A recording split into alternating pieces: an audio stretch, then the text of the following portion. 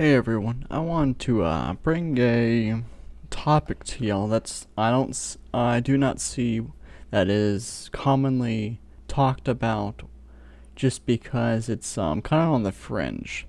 So it actually takes about a few different topics into one.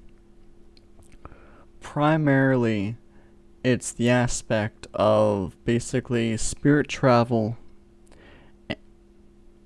and also being aware or lucid while it's happening.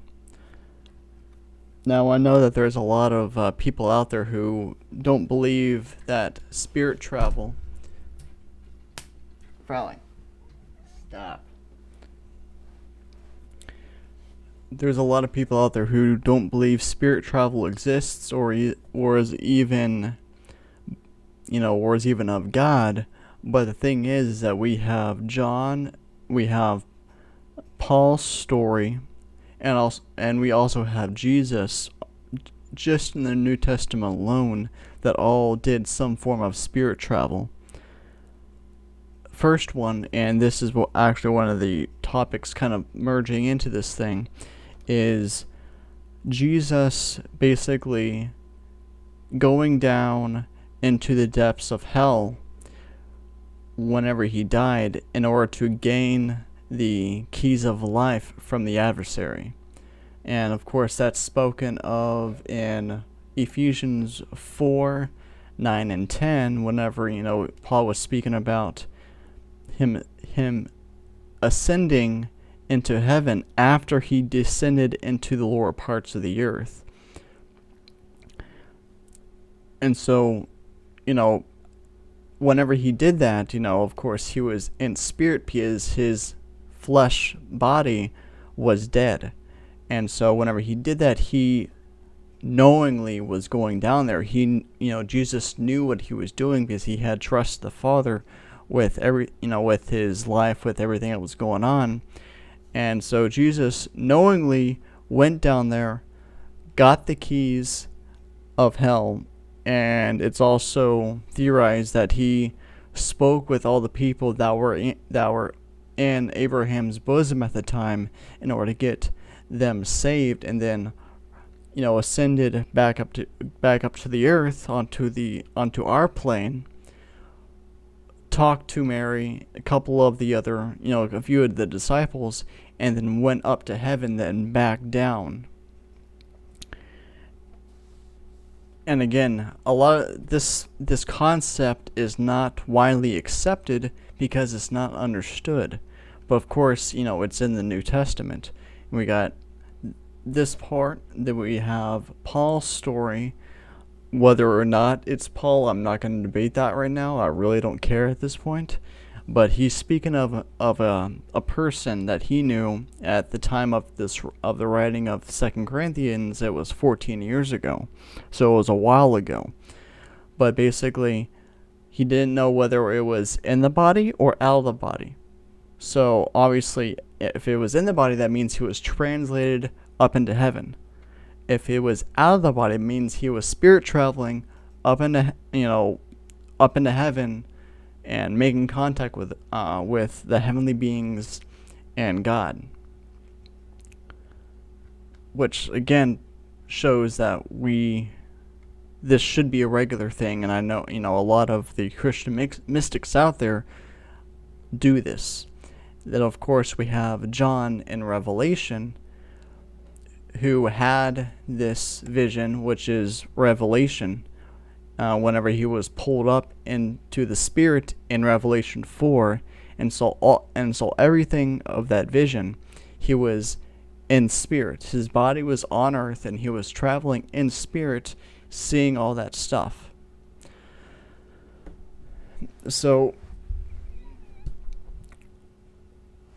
here's the question, is that why is it spirit travel called demonic and all that stuff when clearly it's biblical and it's it's in the Bible?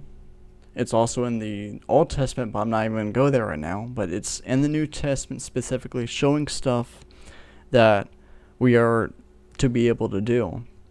But of course, the people who have come out of the occult, the dark side of the occult and the New Age, all say spirit travel or astral travel is demonic, but we can see clearly here that it's okay, but it just depends on who you use as your source.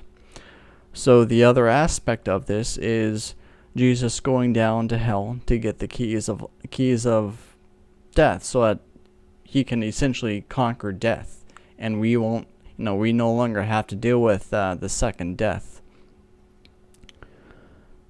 And I know that there's people out there who say that the aspect of Jesus going down to hell in order to grab that is heretical, but it's right here. It's in 1 Corinthians 4. And how else would Jesus have conquered death if he didn't die, grab the keys, and go back up to heaven to bring the keys to the Father? There is so much out there that we just don't understand because we don't, the church doesn't look it up. And this is one thing I'm constantly pushing, constantly having my viewers. I want the church, I want everyone who watches my videos, who views my videos, who supports me, who just wants to learn of the Father and everything that we can do with the Father, that all this stuff is possible. All this stuff is legit. It's true. But we're so ignorant. We don't understand half of what we're supposed to be able to do. And why isn't this widely taught or talked about? Because we can't, right now, in the current state the church is right now, we can't handle it. We have given everything spirituality-wise to the occult, to New Age, whatever you want to call it, and we hold on to religion, but then that's not how the Father wanted it to do. In the Old Testament, and this is some things I haven't even talked about on the mystical experiences thing. There's spirit travel. There's seeing all these things, but we don't have the understanding because we don't read, we don't study the Word like we're supposed to. The other aspect I wanted to talk on, I kind of already hinted on it as it is, but it's whenever it's lucid dreaming or knowing whenever you're traveling in the spirit. Again, people who have come out of that stuff and they say it's demonic, it's like they have to go through their purification process. Again, this stuff is biblical. I know of people who have done this. I haven't done it yet myself because the Father hasn't allowed me to do it, which is perfectly fine. It's all in the, it's all in the relationship that that you have with the Father. But I personally have lucid dreamed, and I remember at one point, I'm not going to go into it or whatever, but I remember at one point, or actually it was a couple times, I realized I was in a dream. I did a couple things, and then I'm like, how do I get out of this thing? And I'm pretty sure it was an angel, and that literally shook me because I'm like sitting there. I'm sitting there in this dream. I just talked to this kid, asked him a couple questions, knowing I'm in the dream. I'm like, how do I get out of this thing? And next thing you know, my entire body shakes and I wake up.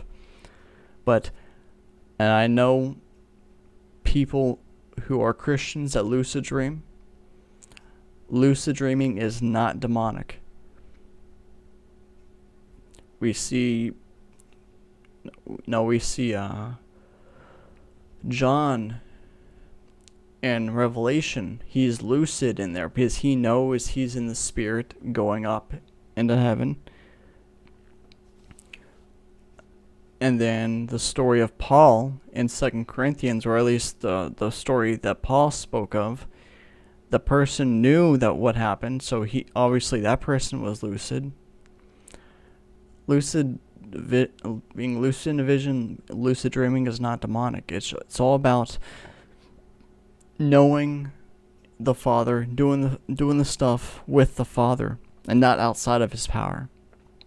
It becomes bad, it becomes witchcraft, or whatever you want to call it, whenever we try to do this stuff outside of the Father's will. If we try to do it in our own power, then no, that's opening ourselves up to unspeakable bad things. But if we're wanting the Father's guidance, if we're wanting to spend time with him and we do this stuff, or he initiates it, it's okay. But Jesus knew what he was doing whenever he went down to hell, to grab the stuff, went up, talked to the people, and he knew what was going on, because he told Mary, don't grab onto me, because I have not returned to my Father yet. And then he went up back to the Father, gave the keys to the Father, and came back down. He knew what he was doing the entire time he was doing that. Which again tells me, and it kind of shows me, and this is something, one of the things I've kind of been thinking about for a while. We should be able to do all that stuff, be lucid and all that stuff, doing the stuff in the spirit, in the dreams, whenever spirit traveling, whatever. We should be able to do all that stuff on our own, knowing what we're doing. But it's been banished. It's been denied. Both denied in power, saying that we're not allowed to do that, and also denied that it doesn't exist. But it exists in the Word. So that's another thing that we all need to consider, is that the things that the religious church has told us that either doesn't exist, or God doesn't do that anymore, or it's demonic, but it's in the Bible. So how come Jesus and the disciples were able to do it, and all that stuff was for us to do, and Jesus said that we'll do all that stuff and even more, but supposedly it's not, it's not for us, and it's demonic, but they did it. So more things for us to think on. Love to hear your comments. Hope everyone takes care. Thank you for taking the time and watching this video. I want to encourage you to like and subscribe to this channel to help boost the ratings, and prayerfully consider supporting this channel. I personally believe that God is rising up the smaller ministries to do a big job in his kingdom, and this is not possible without support from his children, us. If you would, go to my website, www.thegothicmystic.com. There you'll find a variety of videos, my blog, services I offer, and ways to support. Again, thank you for your time.